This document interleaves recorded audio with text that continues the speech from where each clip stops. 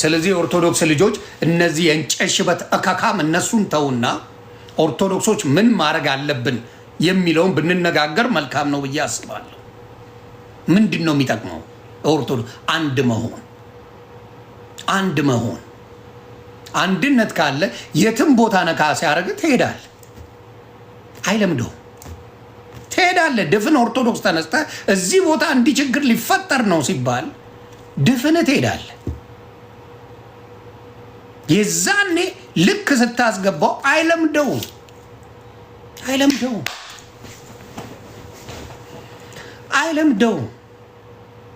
ኦርቶዶክስን እንደዚህ የጨፈጨፏት አርሲ ላይ እንደዚህ እያጠፉ የኦርቶዶክስ ልጅ በመሆኑ ብቻ አይለምደው። አንድ ላይ ትነሳለ። እኔ ኦርቶዶክስ ስለሆነ አይደል ሙስሊም ቢጨፈጨፍ ዝም አልልም። እግዚአብሔር ምስክሬ፣ ሙስሊም እንደዛ ቢጨፈጨፍ ዝም አልልም።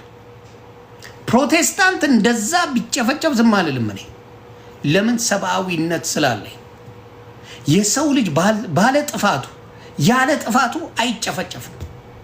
ምንም ሳረግ አይጨፈጨፍም። የሰው ልጅ ግን አውሬዎች ናቸው ገዳዮቹ። ደም የጠማቸው አውሬዎች ናቸው ገዳዮቹ። ዝም ብለህ የኦርቶዶክስ ልጅ አትሙት አባቴ።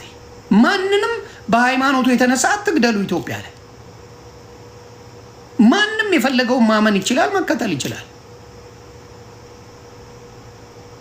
በእውነት ኢትዮጵያ ኦርቶዶክስ አይገባትም ነበር፣ ግን ሆዳም አባቶች ስላሏት ነው ኦርቶዶክስ የተደፈረችው። ሆዳም ጅቦች ስላሏት ቀሚስ ብቻ እንጂ ወንጌል የማያውቁ ወሮ በሎች ስላሏት ነው ኦርቶዶክስ በዚህ ደረጃ የተዋረደችው። በዚህ ደረጃ እናንተ ወንጌል ያላስተማራቸው ሰዎች ናቸው ኦርቶዶክስን እየጠበቁ ያሉ። እነ እፎይ ናቸው ኦርቶዶክስን የጠበቋት፣ እናንተ አይደላችሁም። እቃክ እፎይን ቤተክርስቲያን አላስተማራችሁት። በራሱ ጥሮ ግሮ እግዚአብሔር አስነስቶ ኦርቶዶክስን ሲነግርልህ እንዳታፍርበት ሲያደርግ የቆየው ቤተክርስቲያን ያስነሳው ሰው አይደለም።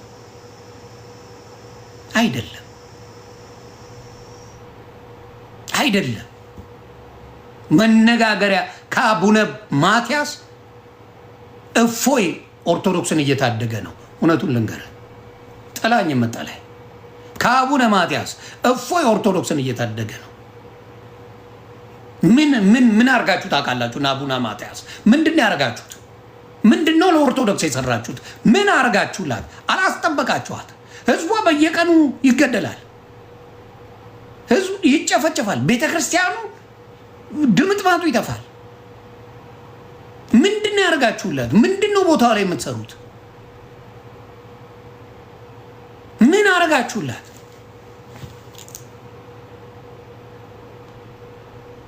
ምንድነው የሰራችሁላት? አያችሁ፣ ይሄ ነው ችግሩ። ምንም ሳይሰሩ ተዘብዝፈው ይቀመጣሉ። ህዝቧ ያልቃል። አርሲ ላይ ህዝቧ ይጨፈጨፋል። ህዝቧ በየጊዜው አርሲ ላይ ምን ሆነ? ዛሬ 10 ሰው ሞተ። አርሲ ላይ ምን ሆነ? 30 ሰው ነገ ሬሳ። አርሲ ላይ ምን ሆነ? 40 ሰው ሞቷል። አርሲ ላይ ቤተክርስቲያን ተቃጥሏል። አርሲ ላይ እንደዚህ ሆኗል። በየጊዜው ኦርቶዶክስ መልሳለት ዝም።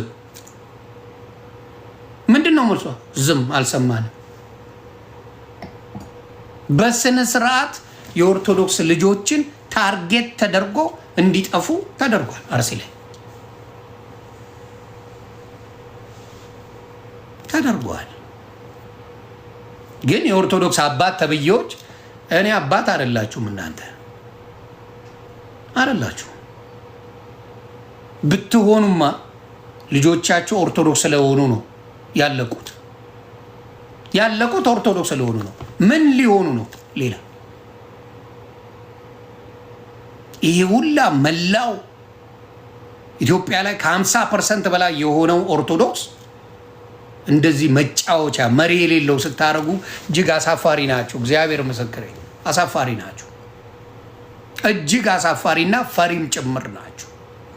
የሚፈራው አንድ እግዚአብሔር ነው። አባቴ አንድ እንጀራ ነው የምንበላው። ማን አባቱ ሊፈራ ነው? ሁሉም ራሱን አስከብሮ ነው። ሙስሊም ራሱን አስከብሮ ነው። ጴንጤ አስከብሮ ነው። ኦርቶዶክስ ናት እየተገፋች ያለችው። ስለዚህ ኦርቶዶክስ አባት ነኝ ካልክ እውነት ስለሚታረደው የኦርቶዶክስ ልጅ አርሲ ላይ ድምፁ ነው። ውጡና ተናገሩ። የፈለገው ይምጣ፣ ተናገሩ። አትፍሩ። ህዝቡ ከእናንተ ጋር ነው። ወንድሙን የሞተበት ምንም ባልበደለው ምንም ባላረገው ምንም ነገር ላይ በሌለበት ሊያመሰግን ሄዶ ቤተክርስቲያን ሄዶ ሊጸልይ ሄዶ ሬሳው ነው የሚመጣል። አርሲ የደም መሬት ነው ያደረጓት ኦርቶዶክስ። እስከ መቼ ነው ዝም የምትሉት? እስከ መቼ? በሌላው እያሳበባችሁ ሌላው እንዲህ ነው እያላችሁ መፍትሄውን ይዛችሁ አመጡም። አባቶች አይደላችሁ እንዴ? መፍትሄ ከእናንተ አይደል እንዴ የምንፈልገው? የኦርቶዶክስ ልጅ መፍትሄ ከእናንተ አይደል እንዴ የሚፈልገው? ለስልጣናችሁ ሲባል ስንት ነገር ስታስብሉን አልነበር እንዴ? ለስልጣናችሁን ለማቆየት ሲሆን በየጊዜው አርሲ ላይ የሚጨፈጨፈው ወገንስ በጣም በጣም አሳፋሪ ናችሁ። እግዚአብሔር ምስክሬ፣ በጣም ነው ያፈርኩት። ኦርቶዶክስ አባት የላትም። ይህን ምን ኦርቶዶክስ አባት የላትም። አባት ቢኖራት ቤቷ ይከበር ነበር። አባት ቢኖራት ቤቷ ይከበራል። አርሲ ላይ በየጊዜው እየጨፈጨፉ እያረዱ ኦርቶዶክስን መኖር 8 ዓመት ኑሮ ሆኗል። 8 ዓመት ሙሉ አርሲ ላይ የኦርቶዶክስ ልጅ እዛ ላይ ሁሉም ዘር ነው ያለ ገብቷል። ኦሮሞ አለ አርሲ ላይ አባቴ፣ ተጋሮ አለ፣ አማራው በብዛት አለ፣ ሌላውን ብሔር የደቡብ ልጅ አለ። ኦርቶዶክሱን ብቻ ያጠፋል። በደንብ ተመርጠ ነው የምትጠፋው። ኦሮሞውን፣ አማራውን፣ ትግሬውን ምንም የሚሰማቸው ነገር የለም። ወስዶ ጭልም ነው የሚያደርግ። ስለዚህ በዚህ ነገር ላይ ፕሊዝ የኦርቶዶክስ አባትን የምትሉ እውነት የነዚህ ደም ዝም የምትሉ ከሆነ በእውነት ወደ እናንተ ነው ዞረው። የፈለገው ይምጣ። ኦርቶዶክስ ተቃይሙን ከፈለጋችሁ ወደ አባቶች ጀምራለሁ። ስድብ ድምፁን ለሞቱት መፍትሄ የሞቱትን እግዚአብሔር በአጸደ ገነት ያኑርልን ነፍሳቸው።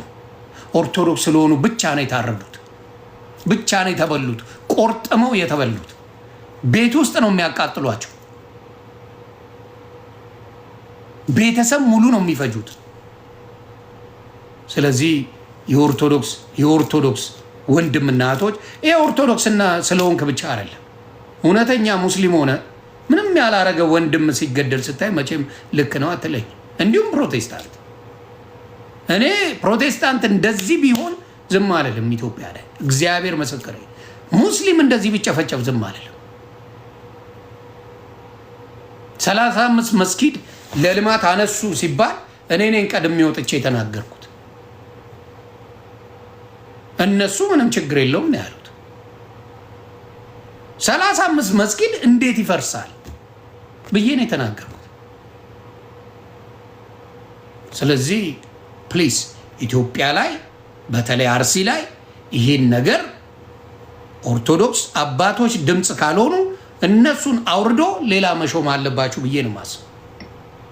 ምን አባቱ ያደርግልሃል? ምን አባቱ ሊሰራ ቀሚስ አድርጎ ስለተቀመጠ ይሄ ዝብዝብ ምን ያደርግልሃል? ወገነ ሲሞትብህ፣ በኦርቶዶክስነት ስትበደል፣ በኦርቶዶክስነት ስትገፋ ምንም የማያደርግልህ አባት አልለውም። የእንጨት ሽበት እካክ ነው የምልህ። የምን አባት ነህ? አባት የምትባለው ልጆችን ስትጠብቅ ነው። ቤተክርስቲያን ስትጠብቅ ነው። ቤተክርስቲያን እንዳትነካ የምትችለውን ነገር ስታረግ የዛኔ አባት እልሃል።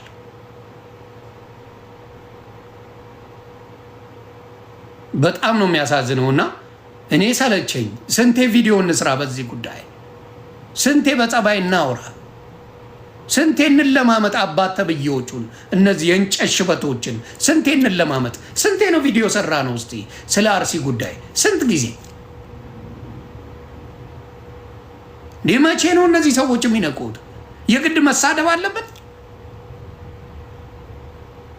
የግድ እናንተን ማንቋሸሽ አለብን? የግድ መጥፎ ናችሁ ማለት አለብን? አባቱ ነው የሚያስፈራው? ስንት ህይወት ነው ያለው? አንድ አባት የጨረጨሸ ሽማግሌ ስንት አባቱ ህይወት ነው ያለው? ለየትኛው እድሜ ነው የሚፈራው? ለየትኛው እድሜ? ኦርቶዶክስን አትንኩብኝ ማለት ያስፈራል እንዴ? የትም ቦታ ኑር እንዴ አትግደሉብን ንጹሃንን ማለት ያስፈራል እንዴ? ፖለቲካ ነው እንዴ? እስቲ ንገሩኝ፣ እናንተ ንገሩኝ እስቲ። ፖለቲካ ነው ወይ? አትግደሉን፣ ኦርቶዶክስን ፍትህ ለኦርቶዶክስ አርሲ ላይ ለሚገደሉ ብሎ አንድ አባት ቢናገር አይቻልም ልትለው ነው? ልትለው ነው ወይ? ይሄ ነው ችግሩ እኮ። ተግባባን? ችግር አይደለም፣ ችግር አይደለም። ችግሩ ማን ነው?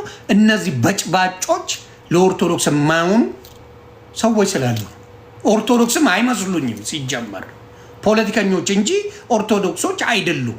ጫፍ ላይ ያሉት ምድረ ወሮ በላ ፖለቲከኞች እንጂ ኪሳቸውን የሚያደልቡ ወሮ በሎች እንጂ ኦርቶዶክስ ቢሆኑ 8 ዓመት ይሄን ሁላ ነገር አርሲ ላይ ተቆርጥሞ የኦርቶዶክስ ልጅ ሲበላ ዝም አይሉም ነበር፣ ዝም አይሉም ነበር።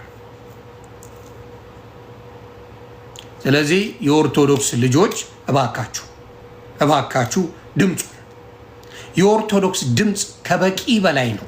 እውነቱን ልንገራችሁ ከበቂ በላይ። ሌላው ካገዘ ያገዘ ችግር የለውም። ግን አገዘም አላገዘም የኦርቶዶክስ ወንድምና እህቶች ድምፃችን ከበቂ በላይ ነው። ለንጹሃን ለአርሲ እነሱ ካልሆኑ እኛ እንሄድበታለን። አባቶች የማያደርጉ ከሆነ እኛ እንሄዳለን። እኛ የምናደርገው እናደርጋለን። እንደ ህዝብ ተነጋግረን አርሲ ላይ ላለው ምን አይነት መፍትሄ ማምጣት እንደምንችል ቀላል ነው፣ ከባድ አይደለም። በጣም በጣም ቀላል። ስለዚህ ይሄንን ነገር የኦርቶዶክስ አባት ተብዬዎች ነው የምላችሁ፣ ሞላ ጫሌቦች